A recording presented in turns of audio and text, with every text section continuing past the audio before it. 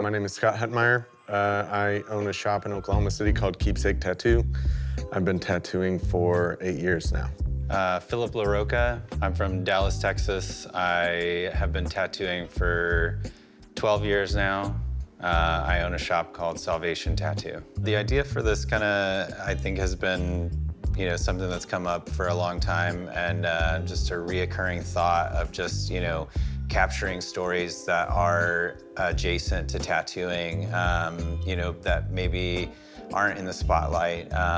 People who are collectors, people who are just enthusiasts, just any varying degree of, person who likes tattoos. It kind of got us talking on how interesting it could be and how the idea could transition from, we feel like there's been movies and shows and things like that that explore tattooing through an individual, and it seems very focused and centered on this individual's contribution to the craft at large.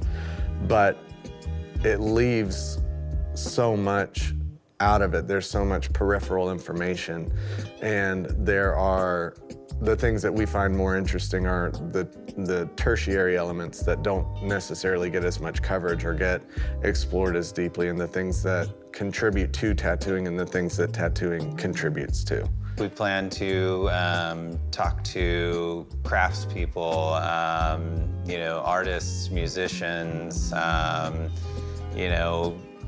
baristas, bartenders, everybody, you name it. I mean, nowadays, I think you'd be harder pressed to find someone without a tattoo than someone with one, In my mind, I hope that this show plays out in a way that helps us explore tattooing's effect on cultures and cities and individuals and how they have helped shape tattooing in their area.